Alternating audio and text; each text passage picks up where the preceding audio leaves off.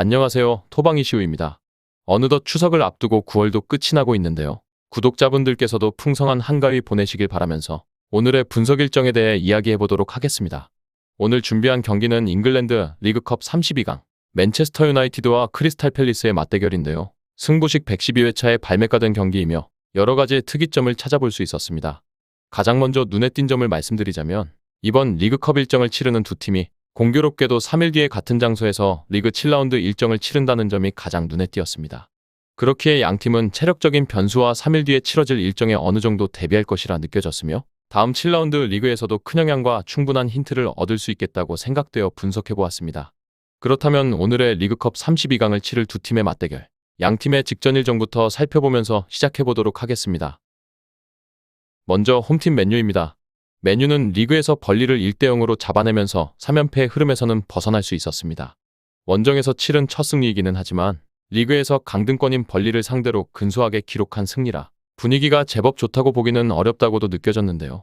일단 암라바트가 부상자 명단에서 없어지면서 이번 일정에서 데뷔전을 치를 가능성이 제법 높아 보이는 맨유인데 카세미루가 맡고 있는 1차적인 패스 공급에 있어서는 암라바트가 더욱 적임자라는 평가를 받고 있는 상태라 공격 전개는 카세미루가 있을 때보다 더 괜찮아질 여지는 충분하다 보여졌습니다. 또한 전반적으로 맨유가 팰리스를 홈에서는 잘 잡아내왔는데요. 마지막으로 홈에서 패배한 것이 2020년이었고 이후로는 멀티 실점을 내준 경기조차 없었던 맨유입니다.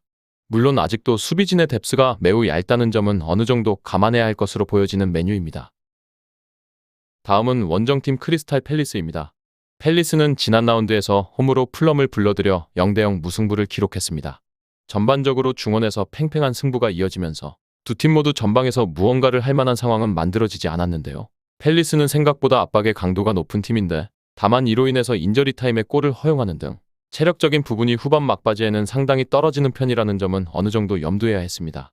게다가 수비진의 기동성이 떨어지는 오른쪽의 워드 쪽에서 문제가 일어날 가능성이 다분해 보이며 맨유를 상대로는 전반적인 전력에서 밀리면서 득점력을 발휘하는 것에 어려움을 겪어왔는데 올 시즌에도 울브스전 3대2 승리를 제외한다면 크게 득점력이 뚜렷하다고 보기는 어려운 크리스탈 팰리스입니다.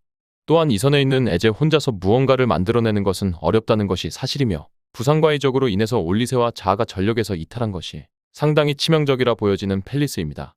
다만 상대 수비의 뎁스가 얇다는 것을 이용해서 한 골 정도를 넣는 것에 기대해야 할 것으로 보여지는 팰리스입니다. 다음은 양팀의 예상 라인업과 부상자 현황을 살펴보도록 하겠습니다. 먼저 홈팀 맨유의 예상 라인업과 부상자 현황을 살펴보도록 하겠습니다.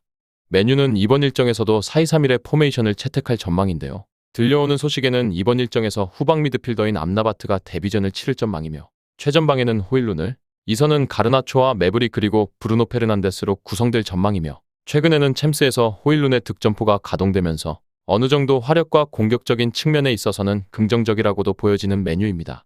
다만 수비진의 뎁스가 여전히 얇은 상황이며 여전히 전술적인 특성상 역습에 취약하다는 점은 여러분들께서도 어느 정도 감안하시는 것을 권장드립니다.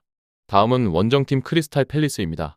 팰리스는 이번 일정에서 마찬가지로 4-2-3-1의 전술을 채택할 공산이 큰데요. 최전방에는 마테타가 나설 전망이며 이선에는 에제와 제수른 그리고 쉬럽으로 구성될 전망인데요. 다만 최전방의 마테타는 아직까지 리그에서 득점포를 가동하지 못하고 있고 이선에 있는 자원들도 에제를 제외하면 또렷한 활약상이 없었습니다. 이번에도 에제 혼자서 무언가를 만들어내야 하는 상황임에는 틀림없어 보였으며 에제 역시 최근에는 조금은 폼이 떨어진 모습을 보여준다는 점이 아쉬움을 남기고 있습니다.